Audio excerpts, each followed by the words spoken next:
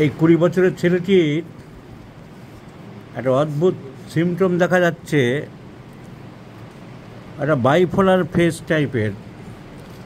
কিন্তু bipolar face তো mentally, ঠিক মেন্টালি না, এটা ফিজিক্যালি বলা যেতে পারে। কি সেটা? ঘুম। এমনি চলছে, খেলছে, ঘুরছে, বেড়াচ্ছে, কিন্তু 3-4 মাস পর পর শুধু শুয়ে থাকে আর শুধু ঘুমিয়ে থাকে। তখনও কুম্ভকর্ণ হয়ে যায়, ডাকলে সাড়া দেয় না, খায়, জোর করে তুললে খায়, আবার ঘুমিয়ে পড়ে। ট্রিমেন্ডাস স্লিপিনেস, ইরিসিস্টিবল স্লিপিনেস, কমাটো স্লিপিনেস, মরার মতো ঘুমিয়ে থাকে। এরকম কদিন চলে? 7 দিন বা 15 দিন এরকম চলে, তারপরে ঠিক হয়ে যায়। ছেলেটি বলছে, ওই সময় যে ওইরকম হয় আমি নিজেও বুঝতে পারি না, তারপরে বুঝি যে এরকম হয়েছিল, সবাই বলছে। ও শুধু বেহুশ হয়ে পড়ে থাকে। এইটা ওর মেন সিমটম। কেস চেকিং করে আরও অন্যান্য সিমটম পাওয়া গেছে। তাহলে এই যে ঘুম সব সময় না হলেও একটা ফেজে যে এরকম হয়, এই কমাটো স্লিপ বলে। কমা মানে কমা দেওয়া, মরে যাওয়ার মতন, অজ্ঞান হয়ে যাওয়ার মতন। এর একটা রুব্রিক আছে রেপার্টরিতে, তাকে প্রথম রুব্রিক স্লিপ কমাটোজ। স্লিপ কমাটোজ মানে কমার মতন অবস্থা, পড়ে আছে, জ্ঞান নেই। কিছু ইম্পর্ট্যান্ট ওষুধ আছে। মেন দুটো ওষুধ হচ্ছে নাক্স মস্টেটার, ওপিয়াম, আর অ্যান্টিমটাটও আছে।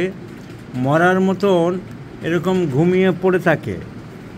তো আমরা রেপার্টরিতে ওটা দেখলাম কমাটো স্লিপ।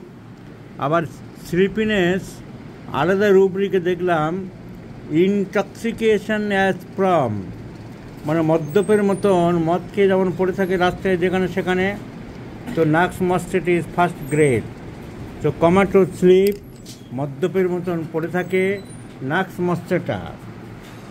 আমরা হেরিং গাইডিংসটাই বের করলাম, দেখলাম stupor and insensibility, unconquerable sleep. So unconquerable sleep, nux moschata. কিন্তু নাক্স মস্টেটার টাং ড্রাই থাকে, মুখ শুকনো থাকে। এর টাং অনেকটা ড্রাই আছে মোটামুটি বলা যেতে পারে। এদিকে এসো, সরে এসো, জিভ বের করো। টাং ড্রাই বলা যেতে পারে। কিন্তু আর অন্যান্য কতগুলো সিমটম পুরো পাওয়া যায় না। যেমন নাক্স মস্টেটার ঘাম হয় না। সরিনাম, নাক্স মস্টেটাদের ঘাম কম, কিন্তু এই ছেলেটির ঘাম বেশি আছে। চামড়াগুলো শুকনো থাকে, একটা ড্রাইনেস ভাব থাকে, ব্রায়োনিয়া অ্যালুমিনার মতন। কিন্তু ও বলছে অত ড্রাইনেস থাকে না। তা সত্ত্বেও ডিপ কমাটো স্লিপ এরকম হয়, টাং ড্রাই এবং নার্ভাসনেস, এসব সিমটমগুলো আছে। সো আমরা একে নাক্স মস্টেটাই প্রেসক্রিপশান করলাম, 36 ডোজ 8 ডোজ পিটিআরএস। 1 মাস বা 2 মাস পরে আসতে বলবো, দেখি কী রেজাল্ট দাঁড়ায়, আমরা জানাবো।